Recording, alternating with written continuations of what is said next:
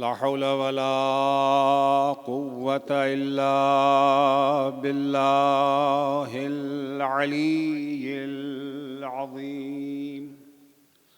अऊज़ु बिल्लाहि मिनश शैतानिर लईनिर रजीम। बिस्मिल्लाहिर रहमानिर रहीम। अल्हम्दुलिल्लाह वस्सलातु वस्सलामु अला रसूलिल्लाह व अला आलिहि आलिल्लाह ला सिय्यमा बक़ियतिल्लाह वलअनतुल्लाहि अला अअदाइहिम अअदाइल्लाह मिन यौमिना हाज़ा इला लिक़ाइल्लाह। अम्मा बअदु फ़क़द क़ाल अल्लाह बिस्मिल्लाहिर रहमानिर रहीम। तबारकल्लज़ी बियदिहिल मुल्क व हुवा अला कुल्लि शैइन क़दीर। अल्लज़ी ख़लक़ल मौत वल हयात लियब्लुवकुम अय्युकुम अहसनु अमला व हुवल अज़ीज़ुल गफ़ूर। सलावत पढ़ेंगे मोहम्मद व आले मोहम्मद।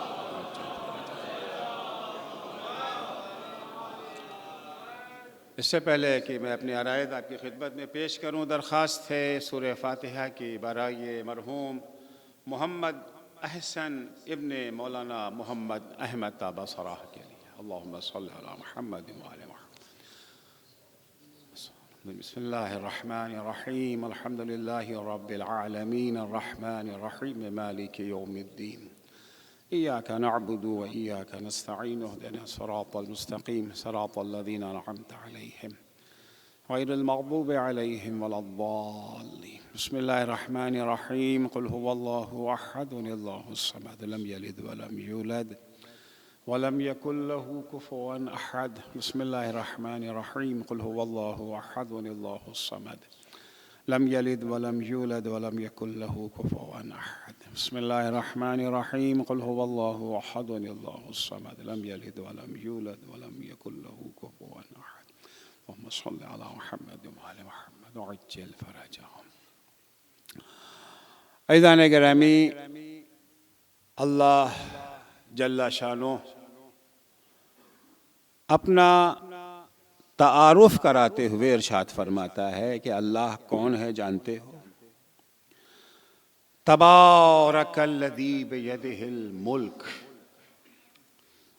अल्लाह उस हस्ती का नाम है जो बाबरकत है। तबारकल्लज़ी बियदिहिल मुल्क, वो बाबरकत हस्ती जिसके कब्ज़े कुदरत में पूरी कायनात की हुकूमत है। किसी एक खित्ते की, किसी एक शहर की, किसी एक मुल्क की हुकूमत की बात नहीं है। जो कुछ भी इस कायनात में है सब का मालिक वही है।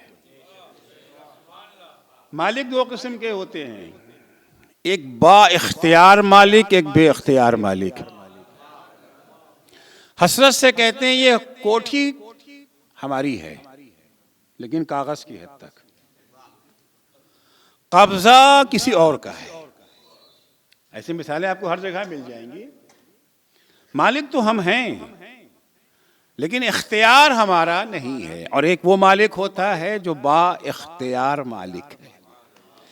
अल्लाह पूरी कायनात का सिर्फ मालिक ही नहीं है, वह हुवा अला कुल्लि शैइन कदीर। हर शय पर उसका इक़्तिदार है। कोई चीज उसके कब्ज़े कुदरत से बाहर नहीं है, हर चीज उसके कब्ज़े कुदरत में मौजूद है। ये वो हस्ती है अल्लज़ी खलक़ल मौत वल हयात, जिसने मौत को भी पैदा किया है और जिंदगी को भी पैदा किया है। गुफ्तगू है, एक बहस है मौत के सिलसिले में कि मौत अम्र वजूदी है या अम्र अदमी, मादूम चीज है या मौजूद है। आमतौर से तसव्वुर ये किया जाता है कि मौत होने का नाम नहीं है, न होने का नाम है। जिंदगी होने का नाम है, जिंदगी ये जो वजूद है, मौत अदम है। मौलाना तशरीफ लाइए आगे, एक सलवात पढ़े मोहम्मद व आले मोहम्मद पर।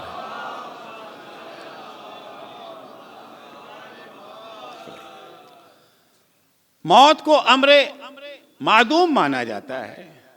हमारा शायर भी जब जिंदगी और मौत को बयान करता है क्या कहता है? जिंदगी क्या है? अनासिर में ज़ुहूरे तरतीब। मौत क्या है? इन्हीं अज्जा का परेशान होना, यही कहा जाता है ना। लेकिन इस्लाम की निगाह में मौत अम्र अदमी नहीं है, वजूद है मौत का। जैसे जिंदगी नेमत है वैसे ही मौत नेमत है। अब किस तरह से किस चीज को आप उसका इस्तकबाल करते हैं। बाज़ों की जिंदगी भी नेमत के बजाय ज़हमत बन जाती है। आप मौत को नेमत बनाते हैं या मौत को ज़हमत बनाते हैं। आमतौर से सोचा यह जाता है कि मौत यानी किस्सा तमाम, यानी फाइल बंद, यानी हयात का खात्मा। हालांकि हकीकत यह है कि मौत असल जिंदगी के आगाज का नाम है।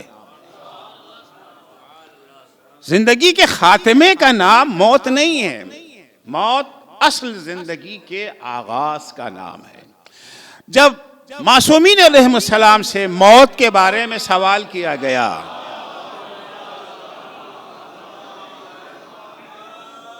कि मौत क्या है, मौत है क्या, कैसे इंसान को मौत आ जाती है। यह सवाल जब नवे इमाम हजरत मोहम्मद तकी अलैहिस्सलातु वस्सलाम से किया गया, इमाम ने फरमाया तुम मौत नहीं जानते, मौत क्या है? अरे ये वही है जो हर रात तुम्हें आती है। हर रात मौत से दो चार होते हो और पूछते हो मौत क्या है। इमाम फरमाते अल मौत हुवा नौमुल्लज़ी यातीकुम कुल्ल लैला। मौत वही नींद है जो तुम्हें हर रात आती है। अब देखिए, सबकी नींद एक जैसी तो नहीं ना होती है। कोई 4 घंटा सोता है, कोई 6 घंटा, कोई 8 घंटा, कोई 10-12 आगे तक, जितना हौसला हो सोने का। तो हर एक की नींद अलग अलग होती है ना। नींद हम नहीं कह सकते 4 घंटे वाली नींद और 6 घंटे वाली नींद नहीं। इमाम फरमाते ये मौत वही नींद है जो तुम्हें हर रात आती है। इल्ला ला युंतबहो मिन्हो इल्ला यौमल क़ियामा। ये वो नींद है 4 घंटे के बाद आंख नहीं खुलेगी, 6 घंटे के बाद आंख नहीं खुलेगी आंख। दौरानिया इसका तवील है। ला युंतबहो मिन्हो इल्ला यौमल क़ियामा। अब जो सोए तो क़यामत के दिन उठेंगे, मगर उठेंगे। तो क्या हम नींद को अम्र अदमी मानते हैं, मादूम चीज मानते हैं, या उसका ये जो वजूद है? जब रात में सोते हैं तो क्या जिंदगी का खात्मा करके सोते हैं? नहीं, इस बार इस यकीन के साथ सोते हैं कि इंशाअल्लाह कल सुबह फिर जागेंगे। और चूंकि जागने का यकीन है, लिहाजा जागने के बाद का इंतजाम करके सोते हैं। दूध वाले से कहते भाई दूध पहुंचा देना, अखबार वाले से कहा अखबार पहुंचा देना। इंतजाम करके सोते हैं ना, क्योंकि उठने का यकीन है। अगर मौत खत्म हो जाने का नाम होता तो तैयारी की जरूरत न थी, लेकिन मौत जागने का नाम है। लिहाजा सोने से पहले जागने के बाद का इंतजाम करके सोना चाहिए। सलावत पढ़ेंगे मोहम्मद व आले मोहम्मद पर।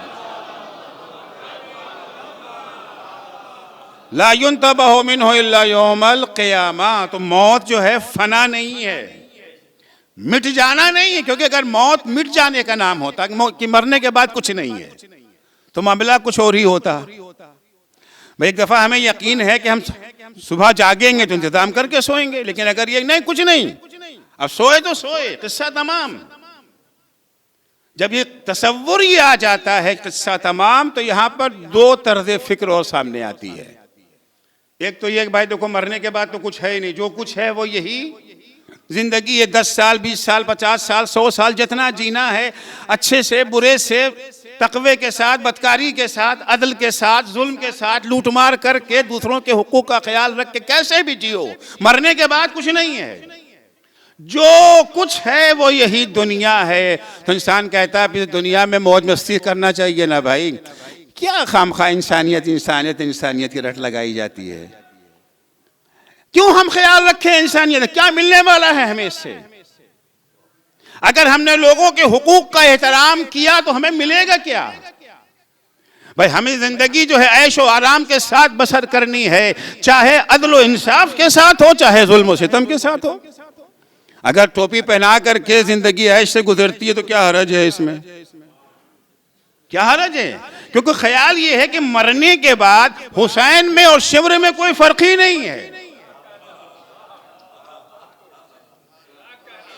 मालिके अश्तर में और अमरे आस में कोई फर्क नहीं है। तो फिर अबूजर की तरह से फाका करके एड़ियां रगड़ के क्यों मरे? अमरे आस की तरह ऐश की जिंदगी क्यों ना बसर करें? अच्छा, दूसरा नजरिया यहां पर यह पैदा होता है कि अगर जिंदगी का खात्मा मौत पर है और मौत यानी खत्म, किस्सा तमाम, तो जी के क्या करेंगे? भाई मरना तो है ना एक दिन। 10 साल के बाद, 20 साल के बाद, 50 साल के बाद घुट घुट के जीने से तो बेहतर है कि आज ही मर जाएं। क्योंकि आप याद रखिएगा, इस दुनिया की जिंदगी हमेशा मसाइब व आलाम के साथ है। एक इंसान भी आपको दुनिया में ऐसा न मिलेगा जिसकी जिंदगी में कोई मुश्किल न हो। वो चाहे गरीब हो, चाहे वो दौलतमंद हो, हाकिम हो या महकूम, मजदूर हो या कारखाने का मालिक, सबकी जिंदगी जो है मुसीबतों से घिरी हुई है। ये और बात है कि हम एक दूसरे की मुसीबत से आगाह नहीं हैं। हम समझते हैं कि जिंदगी का मजा तो मुकेश अंबानी के पास है, हम समझते हैं जिंदगी का लुत्फ तो अडानी के पास है, हम समझते हैं कि जिंदगी का लुत्फ जो मोदी के पास है। उनकी जिंदगी में क्या मुश्किल है? लेकिन अगर उनकी जिंदगी में झांक के देखें, हमसे कहीं ज्यादा मुश्किलों का वो शिकार है। हाँ, मुश्किलों और मुसीबतों की नौइयत बदली हुई होती है। गरीब की मुश्किल ये है, गरीब की मुसीबत ये कि खाने को रोटी मयस्सर नहीं है।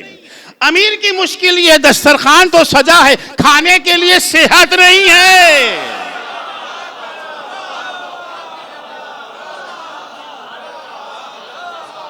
रंग बिरंगी ग़िज़ाएं रखी हुई हैं।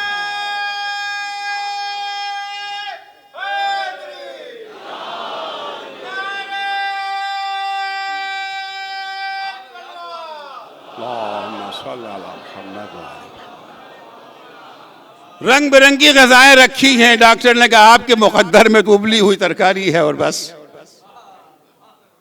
हम समझते हैं उनका कोई मुश्किल नहीं है। गरीब की मुसीबत यह है सोने के लिए बिस्तर नहीं है। अमीर की मुसीबत यह सोने के लिए बिस्तर तो है, आंखों में नींद नहीं है। ख्वाबावर दवाएं कौन खरीदते हैं? आप फार्मेसी में जाके मालूम कर लीजिए। मजदूर आता है खरीदने के लिए। मजदूर तो जमीन पर सर रखा नहीं कि खर्राटे उसके आना शुरू हो गए। ईंट को तकिया बना के सो जाता है। ये सारी परेशानियां तो उनकी हैं ना। महकूम की अपनी परेशानियां, हाकिम की अपनी परेशानियां हैं। पूछिए मोदी जी से कल रात किस हाल में गुजरी। अगर इलेक्शन में हार गए तो क्या होगा? बीपी कोई उनका जाके नापता उस वक्त, रिजल्ट जैसे जैसे आ रहा था। और महकूम की क्या है? कुछ नहीं, आराम से। तो जब मुसीबतों ही में जिंदगी गुजरनी है, मौलाए कायनात हजरत अली इब्न अबी तालिब अलैहिस्सलाम फरमाते हैं इन्नमा दुनिया दारुन महफूफुन बिल बला, ये दुनिया जो है एक ऐसा ठिकाना है जो मुसीबतों से घिरी हुई है। नामुमकिन है कि हम दुनिया में रहें और मुसीबतों का शिकार न हो। जिस तरह से समंदर में डुबकी लगाने वाला अगर ये उम्मीद रखे कि उसके अतराफ में पानी न हो, ये मुमकिन है? मुमकिन नहीं है ना, क्योंकि जिस समंदर में पानी न हो वो समंदर नहीं सहरा है। जिस दुनिया में मुसीबतें न हो वो दुनिया नहीं है, बहिश्त है। बहिश्त है जहां कोई मुसीबत नहीं है, जहां कोई मुश्किल। दुनिया तो मुसीबतों से घिरी है। तो मुसीबत अगर 10 साल के बाद 20 साल के बाद अंजाम मरना है और मरने के बाद कुछ नहीं है, तो ये 10 साल जी के क्या करेंगे? क्यों ना आज ही खुदकुशी करके अपनी जिंदगी का खात्मा कर लें। इस्लामी नुक्ता नजर ये नहीं है। इस्लाम में कि असल आगाज हयात जो है ये तो सब तैयारी की जिंदगी है। पैगंबर अकरम सल्लल्लाहु अलैहि वसल्लम जब मौत की तारीफ करते हैं, मौत क्या है? हुजूर फरमाते हैं कि वल मौत जिस्रुन। तो एक तवील हदीस का एक टुकड़ा फिर मैं पेश कर रहा हूं, तवील हदीस बयान करने का वक्त नहीं है। वल मौत जिस्रुन, मौत एक पुल है। मौत क्या है? पुल है। अलबत्ता एक पुल नहीं है, 2 पुल है।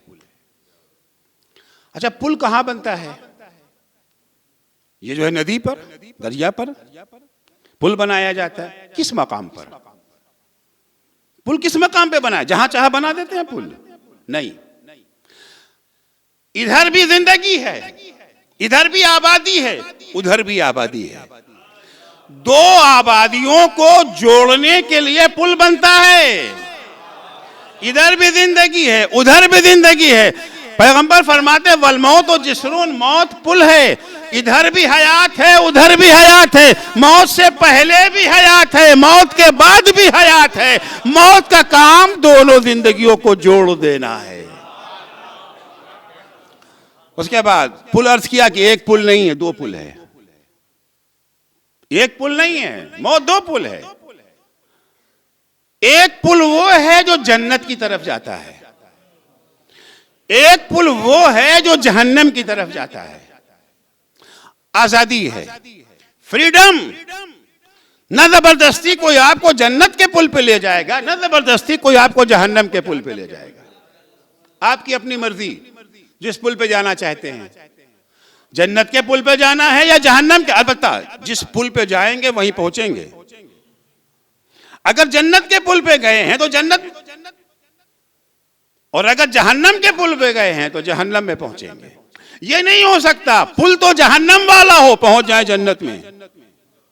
ये वहम है, ये वहम है बादलों का। काम सारा जो है वो जहन्नम वाला, पहुंचेंगे जन्नत में। ये तखय्युल की दुनिया में तो हम कह सकते हैं, शायर कह सकता है, खतीब भी मजलिस चलाने के लिए कह सकता है। शायर तो कह सकता है गुनहगार से ही शह का आजादार तो है।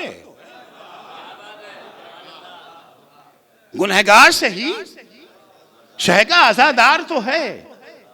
वहां के अजाब से बचने के जो असबाब हैं वो न जाकिर का नुक्ता बताएगा, न शायर का तखय्युल। उसे या अल्लाह बताएगा, या रसूलुल्लाह बताएंगे, या अहले बैत अतहार अलैहिमुस्सलाम बताएंगे। तो 2 पुल है। पैगंबर फरमाते हैं लिहाउलाए इला नईमिहिम व लिहाउलाए इला जहीमिहिम। अल मौत जिस्रुन, मौत पुल है। कुछ लोगों के लिए ये जन्नत का पुल है, कुछ लोगों के लिए ये जहन्नम का पुल है। जिस पुल पे जाएंगे वहीं पहुंचेंगे। तो जाहिर सी बात है कि दुनिया में कोई भी जहन्नम में जाने का तो ख्वाहिशमंद है ही नहीं। आप पूरी दुनिया में सर्वे कर लीजिए, पूछिए आप कहां जाना चाहते हैं, जन्नत या जहन्नम? जो जन्नत की खुशबू नहीं सूंघ सकते वो भी कहेंगे। अरे आप हुरमुला से पूछिए तुझे कहां जाना है, क्या जवाब मिलेगा? शम्र का क्या जवाब है? उमर साद का क्या जवाब है? जवाब तो यही होगा ना, जन्नत बहिश्त जिस वक्त उमर साद ने इमाम हुसैन पे हमले का हुक्म दिया था तो क्या कहा था? या खील अल्लाह इरकबी वबशरी बिल जन्ना, ए सिपाहियान खुदा हुसैन पे हमला करो, तुम्हें जन्नत की बशारत है। जन्नत के जवानों का सर काट रहे हैं किस उम्मीद में? जन्नत में जाने की उम्मीद में। तो जहन्नम तो कोई नहीं जाना, सबकी ख्वाहिश है जन्नत। पुल है दो, एक है जन्नत का पुल, एक है जहन्नम का पुल, जाने की आजादी। तो लोग कहां जाएंगे? जन्नती के पुल पे तो हर कोई जाना चाहेगा, आने की आजादी तो है, लेकिन हर पुल का अपना अपना टोल होता है। जन्नत के पुल का अपना टोल, जहन्नम के पुल का अपना टोल। अगर जन्नत के पुल का टोल है तब तो जन्नत के पुल पे आ सकते हो, लेकिन टोल है जहन्नम वाला, आगे जन्नत के पुल में उल्टे पांव लौटाए जाएंगे या नहीं? आजादी है, जा सकते हैं, लेकिन टोल फराहम करना होगा। और टोल पर किसी की इजारादारी भी नहीं है कि मोहम्मद अस्करी और उनके खानदान वालों की इजारादारी है, नहीं। वो दुनिया में तो इजारादारी कायम कर लिए, वहां नहीं है। वह हर इंसान कुल्लु नफ्सिन बिमा कसबत रहीना, कुरान कहता है हर इंसान अपने अमल का गिरवी है। जो टोल लेकर के गए हो वही पुल पे तुम्हें जाना होगा। तो ख्वाहिश हमारी क्या है? ख्वाहिश तो जन्नत में जाना है ना। कोई नहीं चाहता अज़ाब आखिरत का मुकाबला करना, किसी को जहन्नम पसंद नहीं है, सब जन्नत के तलबगार हैं। मगर टोल, अब सवाल है टोल है क्या? कितना पैसा लेकर के जाएं? लाख, 2 लाख, करोड़, 10 करोड़, अरब, खरब, क्या लेके जाएं? है क्या जन्नत का टोल? बड़ा अहम सवाल है ना भाई। जैसा टोल होगा वैसा पुल, और जिस पुल पे जाएंगे वहीं पहुंचेंगे। ख्वाहिश है बहिश्त, जन्नत में जाना चाहते हैं, मौत पुल है, जन्नत का पुल भी है, जहन्नम का पुल भी है। इस दो में से किसी एक को चुनना तो जरूरी है, वो आजादी नहीं है। ना हम इधर जाएंगे ना हम इधर, नहीं, वो आजादी नहीं है। चुनना तो है आपको, इंतखाब तो करना है। इंतखाब क्या? जन्नत का पुल, टोल लेकर के। और टोल क्या है? अच्छा, टोल कहां मिलेगा? वहां नहीं मिलेगा, यहां से लेके जाना है, वहां नहीं मिलेगा। देखिए, हर चीज का कारखाना अलग होता है ना। चॉकलेट के कारखाने में कार नहीं बनती है, कार के कारखाने में चॉकलेट नहीं बनती है। ये दुनिया कारखाना है ना। काहे के लिए कारखाना है? टोल का। दोनों टोल यहां मिलता है, जन्नत का टोल भी है, जहन्नम का। तो टोल है क्या? बड़ा अहम सवाल है। जो इस सवाल का सही जवाब दे दे, हम उसके कितने मशकूर होंगे। हम अहले बैत अतार से यूं ही मोहब्बत नहीं करते हैं, हम बड़े खुदगरज लोग हैं। उन्होंने हमें वहां का पता बताया जहां का पता बताने वाला कोई न था। वहां की खबर दी है हमें, वहां का पता बताया है। अमीरुल मोमिनीन मौलाए कायनात हजरत अली इब्न अबी तालिब अलैहिस्सलाम। किसी ने मौला से पूछ लिया, मौला बताइए जन्नत का टोल क्या है? ये लफ्ज़ वहां नहीं है, मफहूम यही है। मौला जन्नत का टोल क्या है? सवाल हुआ मल इस्तेदाद लिल मौत, मरना तो है ना, मौत से बच तो नहीं सकते हैं, सब इसके कायल हैं। आलिम, जाहिल, काफिर, मोमिन सब मानते मरना है, ये तो हकीकत है जहां सब इत्तेफाक है। तो मरना तो है ना, मरना यानी पुल। पुल है दो, जन्नत का पुल, जहन्नम का पुल। मल इस्तेदाद लिल मौत, मौत की तैयारी कैसे करें, यानी जन्नत के पुल की तैयारी कैसे करें। मौला कायनात ने जवाब में 3 जुमले फरमाए हैं।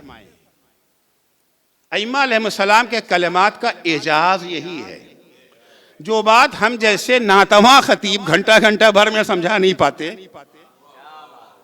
वो चंद जुमलों में अपनी बात कह जाते थे। मल इस्तेदाद लिल मौत, मौला बताइए जन्नत के पुल का टोल क्या है। इमाम फरमाते 3 चीजें। अच्छी तरह सुन लीजिए, ये मौला का कलाम है, शायर का नहीं, खतीब का जुमला भी नहीं है, न ये खतीब का नुक्ता है, न शोरा के तखय्युल है। मैं अर्ज करूँ आपके यहाँ की खिताबत भी हमारे यहाँ बहुत मोहतरम है और शायरी भी बहुत मोहतरम है। शोरा का इमाम अलैहिस्सलाम ने बड़ा एहतराम किया है और कुरान ने शायरों की मजम्मत भी की है। अश्शुअरा यत्तबिउहुमुल गावून, शोरा वो हैं जिनकी पैरवी गुमराह लोग करते हैं। तो क्या मतलब है, तज़ाद पाया जाता है? नहीं, शायरी दो तरह की है। एक वो शायरी है जो ख्यालात की दुनिया में गुम होती है, जिसका हकायक से कोई ताल्लुक नहीं है। एक वो शायरी है जो बयान हकायक है। इसीलिए मदह अहले बैत को मुस्तस्ना किया गया था, क्योंकि मदह अहले बैत मुबालगा नहीं है, तखय्युल नहीं है, हकायक हैं। मदह अहले बैत भी है ना कि सब हालत रोजा में शेर पढ़ना मकरूह है। कौन सा शेर पढ़ना मकरूह है? रात में शेर पढ़ना मकरूह है। कौन सा शेर पढ़ना मकरूह है? मदह अहले बैत को उससे जुदा किया गया, क्योंकि मदह अहले बैत में हकायक होते। मगर अफसोस है इधर काफ़ी अरसे से मदह अहले बैत भी तखय्युल का शिकार हो गई है। आप नोहे उठा के देख लीजिए, मरसिए उठा करके देख लीजिए, पूरे पूरे मरसिए, इमाम हुसैन ने ये कहा, इमाम ज़ैनुल आबिदीन ने ये कहा, जनाब ज़ैनब ने ये कहा, तारीख़ में कुछ नहीं कहा। अब पूछ लीजिए कहाँ है ये? कि जी मेरा ख्याल है। और किसने आपको इजाज़त दी है अपना ख्याल इमाम हुसैन की ज़बान पे जारी करें? इमाम हुसैन की ज़बान से अपना ख्याल बयान करवा रहे हैं। इमाम का ख्याल आपकी ज़बान पे जारी हो तब तो ठीक है, आप अपना ख्याल इमाम की ज़बान से जारी करवा रहे हैं। तखय्युल दादा हमेशा कसायद सुनने के बाद, नोहे सुनने के बाद, मरसिया सुनने के बाद सिर्फ वाह वाह पे एक दफ़ा ने पूछ तो ही लीजिए कि है कहाँ से भाई? कब जनाब ज़ैनब ने यह बात कही थी? कब इमाम हुसैन ने यह बात कही है? पूरी पूरी तारीख तखय्युल के बुनियाद पर। अच्छा, कहते थे शायर के लिए 7 खून माफ है, शायर के लिए 7 खून माफ। अब हम जाकिरों ने भी सहारा ले लिया शायरों का। 100 साल के बाद उनके तखय्युल को हमने रवायत बना करके पेश कर दिया। पढ़ा कि कहां से पढ़ा? कि जी फला का शेर। अच्छा, इतने बड़े शायर का नाम ले लिया कि लोग नाम सुन के ही खामोश हो जाते। नहीं भाई, इसके आगे कुछ कहना मुनासिब नहीं है। हकायक वही हैं जो कुरान बयान करे, हकायक वही हैं जो अहले बैत अतार अलैहिमुस्सलाम बयान करे। मौला से पूछ रहा है, मौला जन्नत का टोल क्या, जन्नत के पुल का टोल क्या है जिसे अदा किए बगैर हम पुल पे जा नहीं सकते, नहीं उसके बगैर जन्नत तक रसाई नहीं है। मौला 3 चीजें बयान कर रहे हैं। फरमाते अदाउल फराइज़, जन्नत के टोल का पहला हिस्सा यह है कि जो चीजें अल्लाह ने तुम पर वाजिब करार दी हैं उसे अदा करो। दूसरा क्या है? वज्तनाबुल महारिम, जिन चीजों को अल्लाह ने हराम करार दिया उससे अपने को दूर रखो। अगर फराइज की अदायगी नहीं है, अगर मुहर्रमात से दूरी नहीं है, तो जन्नत के पुल पे जाने का ख्वाब भी मत देखिएगा। मौला का जुमला है अदाउल फराइज। अच्छा, फराइज की अदायगी तो तब मुमकिन है ना जब हमें पता तो हो कि फराइज हैं क्या। मुहर्रमात से तभी तो दूरी इख्तियार करेंगे जब ये मालूम हो कि हराम है क्या क्या। अरे मौलाना साहब, कि आप हमें इतना जाहिल समझते हैं? हमें सब मालूम है। अल्हम्दुलिल्लाह इस मजलिसों की बरकत से हमें सब मालूम है। हमें पता है कि फराइज क्या हैं, हमें पता है कि मुहर्रमात क्या, हमें मालूम है कि नमाज वाजिब है, हमें मालूम है कि रोज़ा वाजिब है, हमें मालूम है कि हज वाजिब है, हम जानते हैं कि ज़िना हराम है, चोरी हराम है, डाका हराम। अल्हम्दुलिल्लाह ये सब कुछ नहीं करते हम, बस इतने ही वाजिबात हैं, बस इतने ही मुहर्रमात हैं। मैं एक हराम का नाम लूं, कितने लोग इस हराम से वाकिफ हैं? इस्लामी नुक्ते नजर से एक अमल जो हराम है वो है तकफीर, माफ कीजिएगा तहाजुर। तकफीर अलग है, तहाजुर नहीं मालूम कितने लोगों ने यह लफ्ज सुना भी है। तहाजुर क्या होता है? तहाजुर ही से मिलता जुलता एक और गुनाह है, क़त्अ रहम। क़त्अ रहम का लफ्ज तो काफी इस्तेमाल होता रहता है, लेकिन तशरीह कितने जानते हैं, उसके दायरा कितने जानते हैं और कितना उससे बचते हैं? नमाज पढ़ने वाले कितना क़त्अ रहम से बचते हैं? रोजा रखने वाले कितने हैं जो क़त्अ रहम से बचते हैं? हज बजा लाने वाले कितने हैं जो क़त्अ रहम से बचते हैं? जानना और चीज है, अमल में लाना। एक वाजिबात में से एक वाजिब है सिले रहम। नमाज तो वाजिब ही है, रोजा तो वाजिब ही है, हज तो वाजिब ही है। उन्हीं वाजिबात की फहरिस्त में एक अहम वाजिब जिसको तर्क करना गुनाह कबीरा है, सगीरा नहीं। सिले रहम क्या है?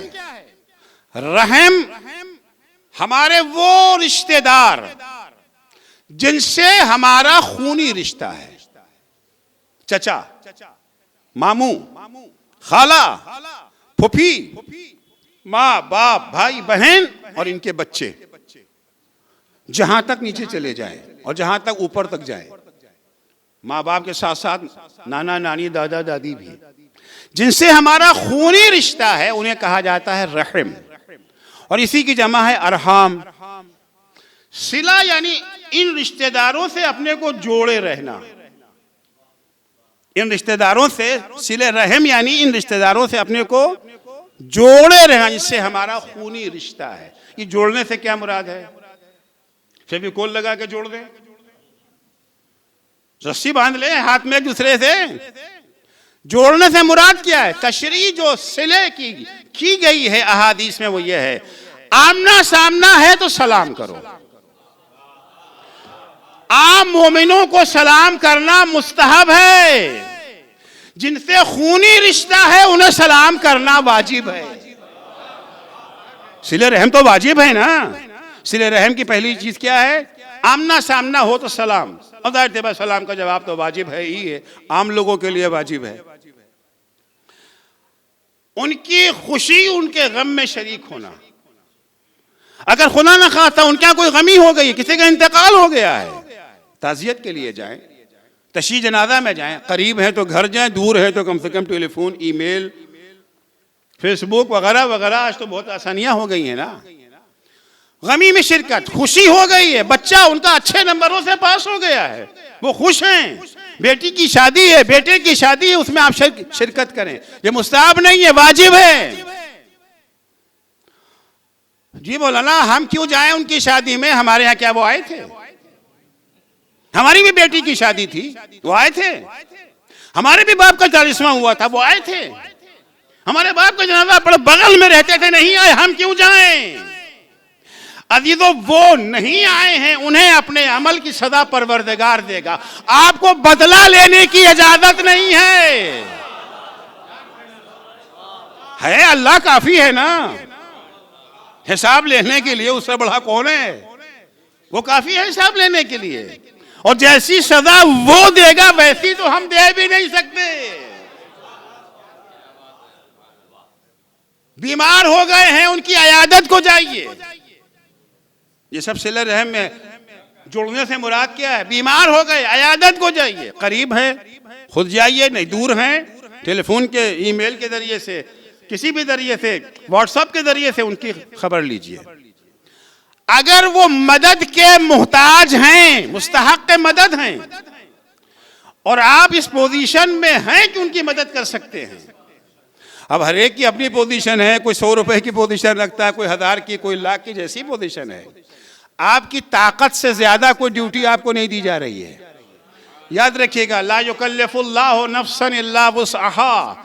अल्लाह उतनी ही जिम्मेदारी अपने बंदों को देता है जितना उनके बस में है। अलबत्ता ये बस क्या होता है, इसको हम बयान करते हैं।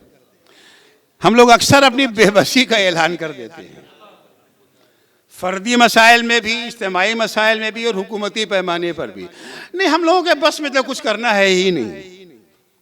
लुबनान के चंद मुट्ठी भर मुजाहिदों के बस में है, हम करोड़ों के बस में कुछ नहीं है। बड़ी जल्दी बेबसी का हमसे नहीं हो सकता। रमजान आ रहा है, नहीं नहीं रोजा हमसे नहीं रखा जाता। वाकया नहीं रखा जाता तो माफ है, वाकया नहीं रखा जाता तो तकलीफ साकित है ना। लेकिन बस कहते किसे? ऑफिस हमारा हमारे घर से 15 किलोमीटर दूर, अल्हम्दुलिल्लाह अच्छी जॉब है, अच्छी सैलरी है, कार वगैरह सब है, कार पे बैठ के ऑफिस जाते थे आते थे। एक दिन कार खराब हो गई और बारिश बड़ी शदीद, मूसलाधार बारिश, जल थल पूरा हो गया। ना कोई टैक्सी मिल रही है, ना कोई जो है हमें जो है लिफ्ट दे रहा है। घर तो आना है ना। 15 किलोमीटर पैदल चल के घर आए। घर जब पहुंचे तो पैर में छाले पड़ गए थे, कभी चले ही नहीं थे, आदत नहीं थी, पैर में छाले पड़ गए। आते ही धड़ाम से बिस्तर पे गिर पड़े। उधर से अहलिया आई, कहने लगे वो जो पड़ोस में बेचारे बहुत बीमार हैं, आपका इंतजार था कि आप आ जाएं तो जरा उनको अस्पताल पहुंचा दे, डॉक्टर के यहाँ दिखा दे। कहा नहीं भाई, अब तो मेरे पैर में बिल्कुल था, एक कदम मुझसे नहीं उठाया जाता, अब मुझसे एक कदम नहीं उठाया जाता, कल आज नहीं हो सकता। यानी हमने अपनी बेबसी का ऐलान कर दिया। वाकईन हमसे एक कदम नहीं उठाया जा रहा है। अभी हमारे घर पे अगर भेड़िया हमला कर दे, क्या करेंगे? बिस्तर पर लेटे रहेंगे। भेड़िया जो तुम्हारे दिल चाहे करो, चीरो फाड़ो खाओ, हमसे उठा नहीं जाता। नहीं, सबसे आगे आगे हम ही भागेंगे। हाँ, ये मुमकिन है, भागते भागते आगे आगे हम, पीछे पीछे भेड़िया। और एक जगह वो आई, हमारी पूरी एनर्जी खत्म हो गई और हम धड़ाम से जमीन पर गिर पड़े। अब भेड़िया चीरे फाड़े खाए, हमारी तरफ से कोई रद्द अमल। ये है बेबसी। इस बेबसी की खबर या हमें है या हमारे परवरदिगार को है, क्योंकि किसी तीसरे इंसान को तो हमारा हिसाब करने का हक ही नहीं है। आप कौन होते हैं कहने वाले कि हमारे बस में है या हमारे बस में नहीं है? वो जानता है। यअलमु खाइनतुल अयुन वमा तुख्फिस सुदूर। आंखों के इशारे से किए गए गुनाहों को भी वो जानता है, दिल की गहराइयों में छुपे हुए राज को भी वो जानता है। तो अब हमें तो बेवकूफ बना सकते हैं कि मौलाना हम बेबस हैं। अल्लाह को अब हमें कितनी टोपी पहनाएं, हम हमें के ऊपर टोपी पहनाते जाएं, ये तो मुमकिन है, लेकिन अल्लाह उसके लिए मुमकिन नहीं है। तो सिले रहम एक अमर क्या है? वाजिब है। इसके मुकाबले में क़त्ए रहम है, वो हराम है। यानी आमना सामना है, सलाम नहीं करते, कोई ताल्लुकात खराब हो चुके हैं, बोलचाल बंद है, किसी बात पे झगड़ा हो गया है, वो बीमार हैं, उनके अयादत को नहीं जाते, मदद के सारी दुनिया की मदद करते हैं, भैया की मदद नहीं करेंगे। ताल्लुकात खत्म, बोलचाल बंद, यह है क़त्ए रहम और यह है गुनाह कबीरा। यह गुनाह कबीरा में इसका शुमार होता है, सगीरा में भी नहीं है। यानी जिस तरीके शराब गुनाह कबीरा है, ये भी गुनाह है। अब उसके लिए कोड़े हैं, इसके लिए कोड़े नहीं है, वो एक अलग मसलहत है, वो अलग बहस है। लेकिन बहरहाल है, दोनों ही गुनाह कबीरा हैं अपनी जगह के ऊपर, ये भी है और वो भी गुनाह कबीरा है। इसी से मिलती जुलती एक चीज है तहाजुर, यहां से बहस छिड़ी थी। तहाजुर क्या है? क़त्ए रहम, दो खूनी रिश्तेदारों का रिश्ता तोड़ लेना। तहाजुर क्या है? हमारे दरमियान ईमान के सिवा कोई रिश्ता है ही नहीं,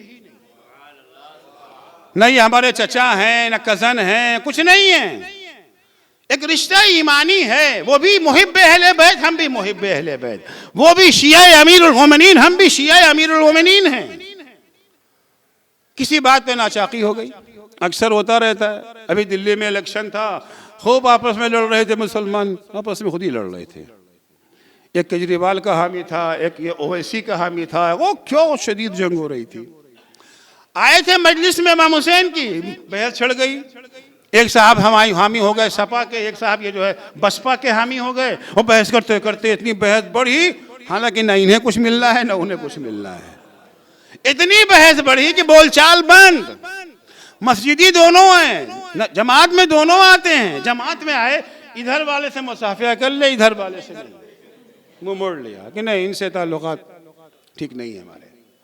यह है तहाजुर, दो मोमिनों का आपस में बोलचाल बंद कर लेना ये भी गुनाह है।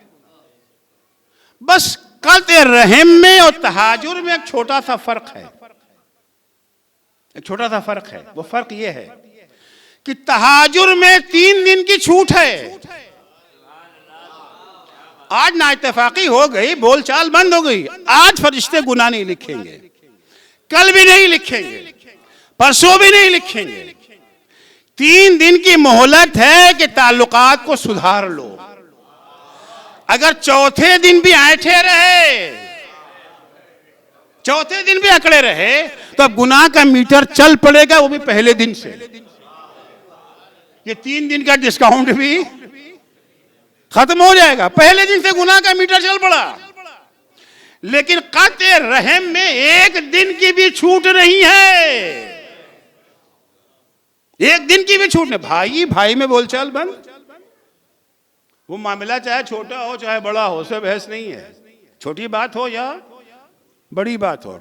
मगर हमारे आमतौर से बड़ी जल्दी बोलचाल, वो जो नमाजी है उनकी बात कर रहा हूं, वो जो रोजेदार है उनकी बात कर रहा हूं, वो जो हाजी हैं उनकी बात कर रहा हूं, वो जो ज़ायरे करबला हैं उनकी बात कर रहा हूं।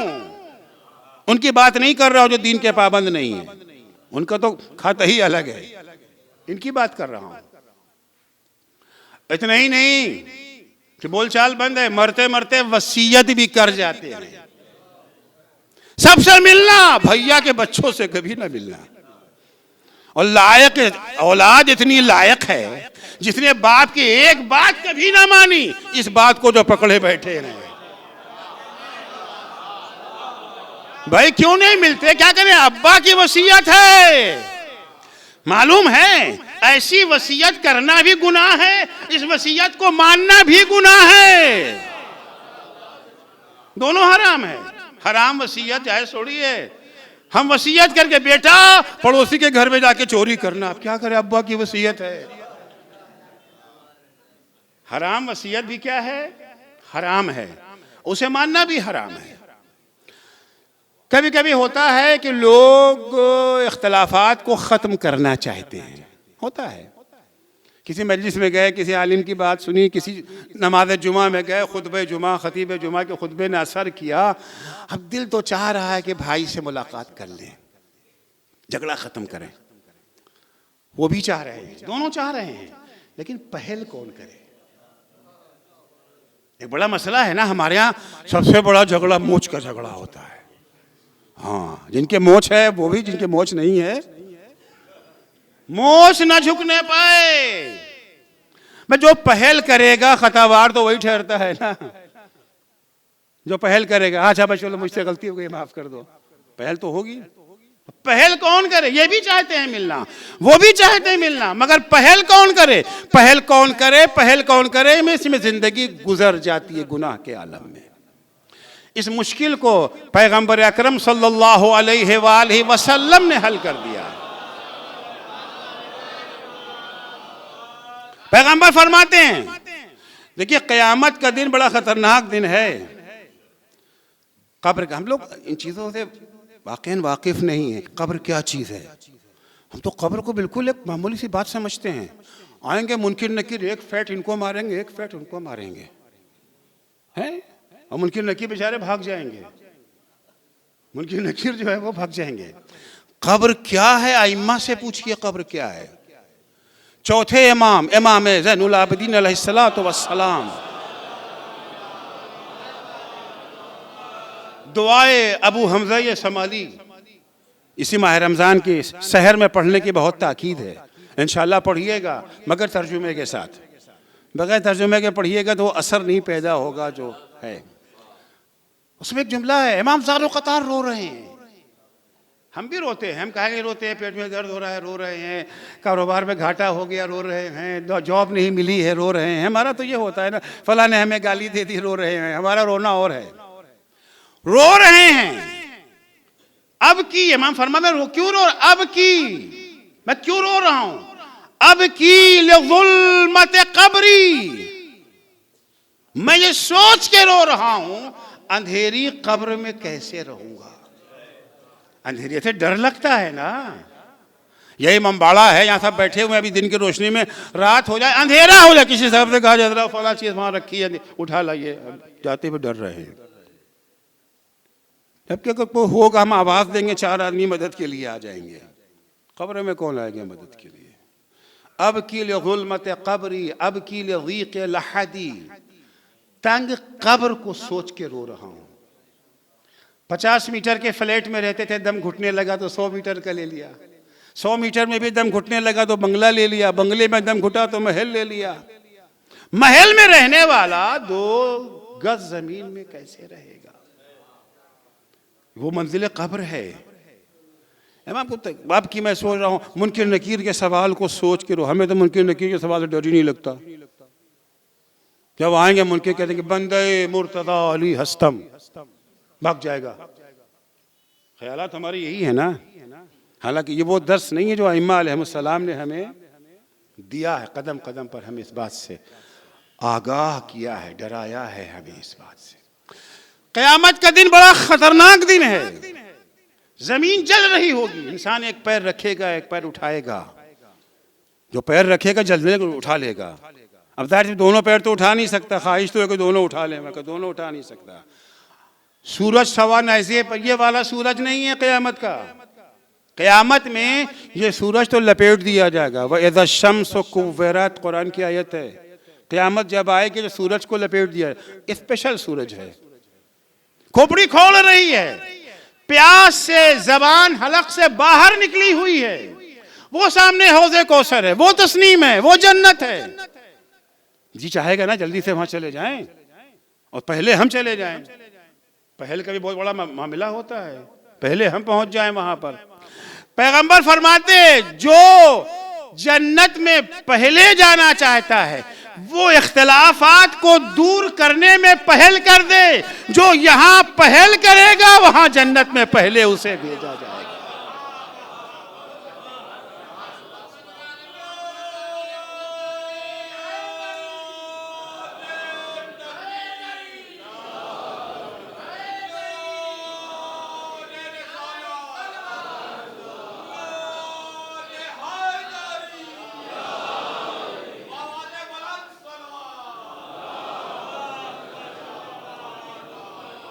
खत्म कर रहा हूं अपनी गुफ्तगू, वक्त मेरा खत्म हो रहा है। मौला फरमाते जन्नत का टोल चाहिए, अदाउल फराइज़, जन्नत का पहला टोल वाजिबात की अदायगी। वाजिबात फकत इबादतों वाले नहीं, मुकम्मल गुनाहों से इज्तिनाब, वल इज्तिमाल अलल मकारिम। जन्नत का तीसरा टोल है अखलाकी अक़दार से अपने को आरास्ता कर लेना। अब वक्त नहीं कि मैं इसकी तशरीह करूं। मौला फरमाते 3 चीजें अगर तुम्हारे पास आ जाएं तो यकीन जानो जन्नत के पुल पे जाने से तुम्हें कोई नहीं रोक सकता। इज़न ला युबाली अबक़ल मौत अलैहि अम बक़ा हुवा अलल मौत। अगर ये 3 चीजें आपने फराहम कर ली हैं, गुनाहों से दूरी भी है, वाजिबात की अदायगी भी है, अखलाकी अक़दार से आरास्तगी भी है, तो उसे परवाह नहीं है कि मौत उस पे आ पड़े या वो मौत पे जा पड़े। यही शांति अहले बैत के घराने की। हर शख्स की जबान पे ये जुमला रहता था। मौला अली की जबान पे ये जुमला था, ला उबाली, मुझे कोई फर्क नहीं पड़ता है, मौत मुझ पे आ पड़े या मैं मौत पे जा पड़ूं। और यही जुमला हमने सफर करबला में अली सानी की ज़बानी सुना।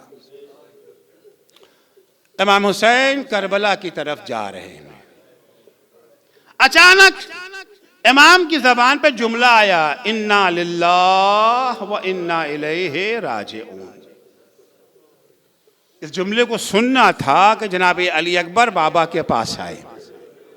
आने के बाद पूछने लगे, बाबा जुमला तो बरहक है, इस वक्त क्यों, इस वक्त क्यों? इमाम ने फरमाया, बेटा थोड़ी देर के लिए मेरी आंख लग गई थी, मैंने ख्वाब में देखा कोई कह रहा है काफिला जा रहा है, मौत के मुंह में जा रहा है। मौत का लफ्ज सुनते ही जनाब अकबर फरमाते हैं, अवलस्ना अलल हक, बाबा क्या हम हक पर नहीं हैं? यानी क्या हमने फराइज की अदायगी में कोई कोताही की है? मुहर्रमात से दूरी में कोई कमी है? अखलाकी अक़दार से आरास्तगी में हमारे यहाँ कोई नक्स पाया जाता है? इमाम ने कहा नहीं बेटा, हम हक पर हैं। जनाब अली अकबर कहते हैं बाबा इज़न ला नुबाल बिल मौत, फिर हमें मौत की क्या फिक्र है, हमें मौत की क्या परवाह है? जितने भी हैं हुसैन के साथ, चाहे उनका ताल्लुक खानदान वालों से हो या असाब से हो, इनमें से कोई ऐसा नहीं थे मौत का कोई खौफ हो। मर्द तो मर्द, खवातीन का भी यही आलम है। हर कोई अपने को हक पर कुर्बान करने के लिए बेचैन है, लेकिन खवातीन चाह करके भी ये दर्जा हासिल नहीं कर सकती हैं, क्योंकि जिहाद औरतों से साकित है।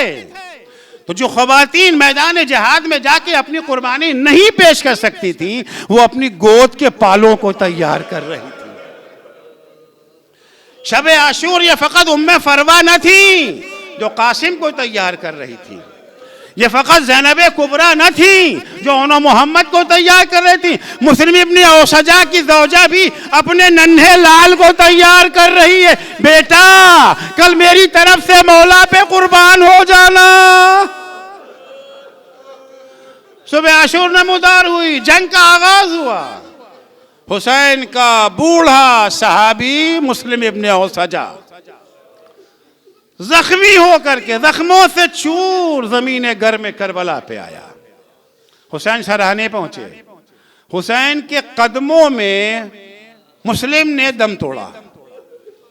अभी इमाम मुस्लिम इब्ने औसजा के सराहने खड़े ही थे, इमाम ने क्या देखा कि एक बच्चा मक्तल की तरफ जा रहा है।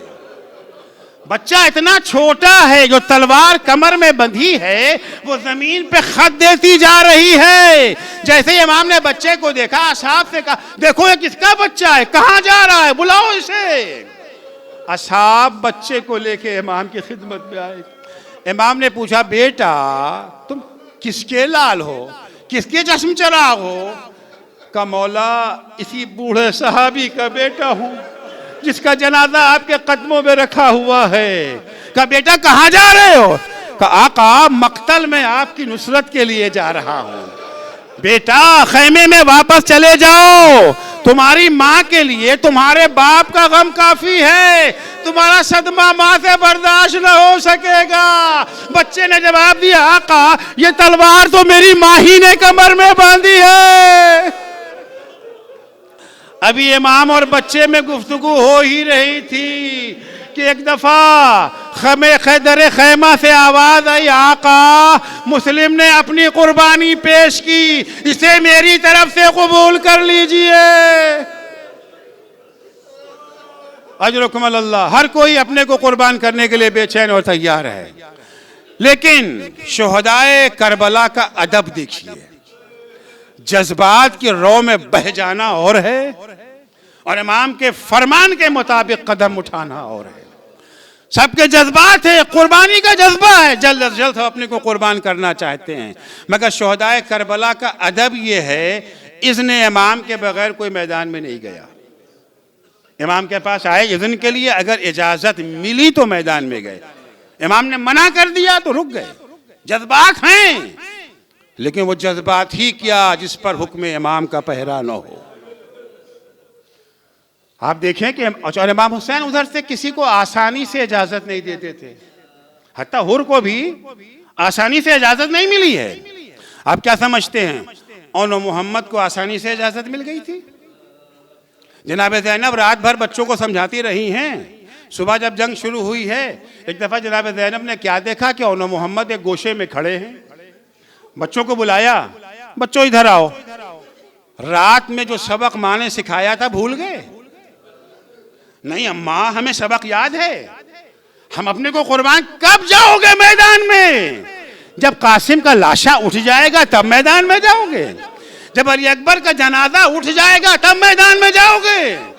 नहीं अम्मा ऐसा नहीं है, हम तो जाना चाहते हैं मगर मामू जान हमें इजाजत नहीं देते। फिर उन्होंने मोहम्मद कहते हैं अम्मा मैं इस्तेमाल कर रहा हूं, अम्मा आप अगर चाहें तो हमें इजाजत मिल सकती है। हमने यही देखा है कि मामू जान आपकी कोई बात टालते नहीं हैं।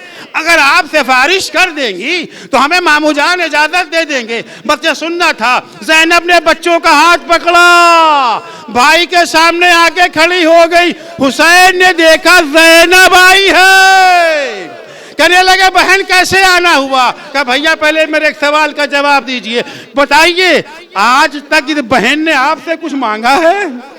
नहीं बहन, आज तक तुमने कुछ ना मांगा। तो भैया आज ये बहन कुछ मांगने आई है, भैया इनकार मत कीजिएगा, बोलो बहन क्या चाहिए? कहने लगी भैया मेरे बच्चों को मक्तल की इजाजत। अरे बहन ने मांगा भी तो क्या मांगा, जाओ बच्चों खुदा हाफिज। अला लानतुल्लाह अला कौम ज़ालिमीन व सयअलमुल्लज़ीना ज़लमू अय्य मुनक़लबिन यनक़लिबून। पर इलाहा तुझे वास्ता है मोहम्मद व आले मोहम्मद अलैहिस्सलाम का, हमारी इस मुख्तसर सी इबादत को कबूल फरमा। बार इलाहा सदक़े में अहले बैत अतहार अलैहिस्सलाम के हमें फ़राइज़ की बजाआवरी, मुहर्रमात से दूरी और अखलाकी अक़दार से आरास्तगी की तौफ़ीक़ इनायत फरमा। बार इलाहा मौत की शक्ल में जब हमें जन्नत के पुल पे जाना नसीब हो तो हमारा हाथ जन्नत के टोल से खाली न हो। बार इलाहा जो मोमिनीन व मोमिनात बीमार हैं उन्हें शफ़ाए कामिला आजिला इनायत फरमा। जो परेशान हाल हैं उनकी परेशानियों को दूर फरमा। जो मकरूज़ हैं उनके कर्ज़ों को अदा फरमा। जो बेरोज़गार हैं उन्हें हलाल और पाकीज़ा रोज़गार इनायत फरमा। जो साहिबे रोज़गार हैं उनके रोज़गार में मज़ीद तरक्की और उन्हें अपने बेरोज़गार भाइयों की मदद की तौफ़ीक़ अता फरमा। बार इलाहा जो बे औलाद हैं उन्हें नेक और सालेह औलाद इनायत फरमा।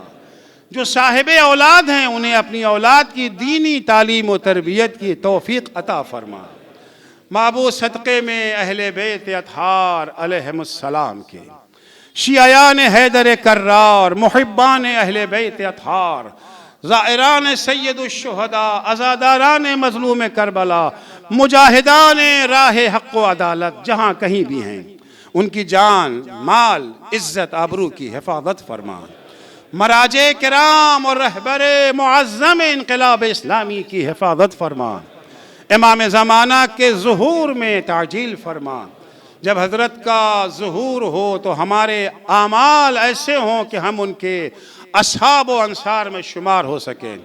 बार इलाहा मरहूम मोहम्मद अहसन इन्हें अपने जवारे गुफ़रान और रहमत में जगह इनायत फरमा। बार इलाहा इनके बाद मंदगान को सब्र और अज्र इनायत फरमा। अल्लाहुम्मा अज्जिल फ़ी फ़रज मौलाना साहिब ज़मान वजअलना मिन आवानिही व अंसारिह। एक दफ़ा फिर दरख्वास्त है सूरह फ़ातिहा की बराए मरहूम मोहम्मद अहसन इब्ने मौलाना मोहम्मद अहमद ताबासराह के लिए। अल्लाहुम्मा सल्लि अला मुहम्मद व आले मुहम्मद। बिस्मिल्लाहिर रहमानिर रहीम। अल्हम्दुलिल्लाहि रब्बिल आलमीन अर्रहमानिर रहीम मालिकि यौमिद्दीन।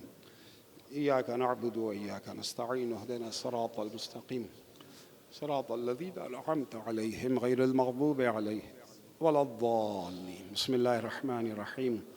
क़ुल हुवल्लाहु अहद अल्लाहुस समद लम यलिद व लम यूलद व लम यकुल लहू कुफुवन अहद। बिस्मिल्लाहिर रहमानिर रहीम। क़ुल हुवल्लाहु अहद अल्लाहुस समद लम यलिद व लम यूलद व लम यकुल लहू कुफुवन अहद। बिस्मिल्लाहिर रहमानिर रहीम। क़ुल हुवल्लाहु अहद अल्लाहुस समद लम यलिद व लम यूलद व लम यकुल लहू कुफुवन अहद।